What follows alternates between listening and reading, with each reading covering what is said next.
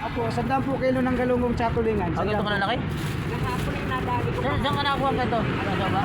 Sa costa, doon sa bulungan. Ito, sariwa po.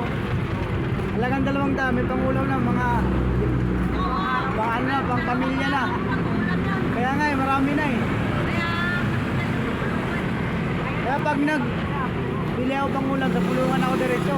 Kasi sa palengke, ano to, 250. 250 yung tulingan. Tapos yung galunggong maniti.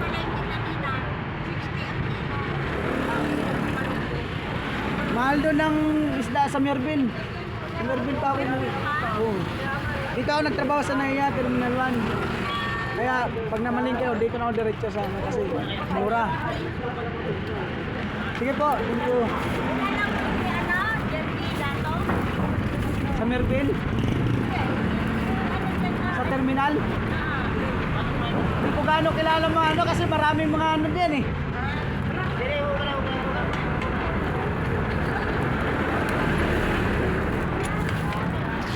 Tanong si nanay kung magkano bili ko ng isda.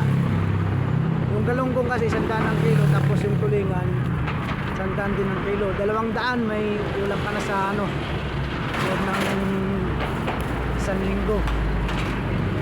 Marami na yung mabili mo sa 200 sa bulungan. Pag mamili mo sa bulungan nakadiretso.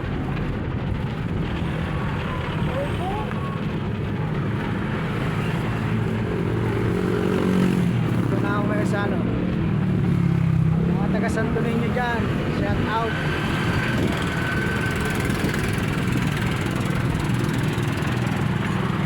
Ito na ang LRT oh.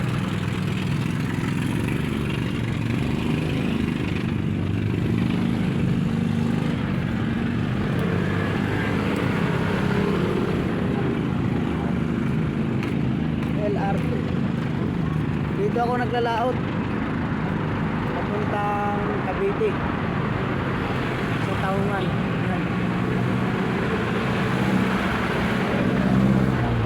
Dito kami nakatira dati yung area na yan ginawa ng LRT LRT station dito sa Multinational.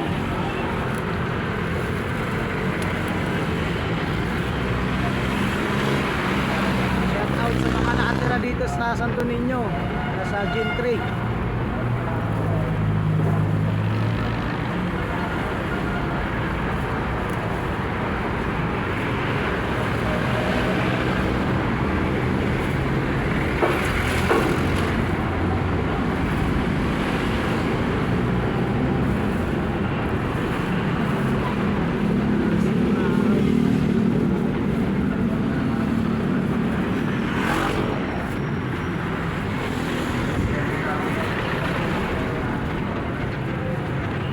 Taga Santo Niño.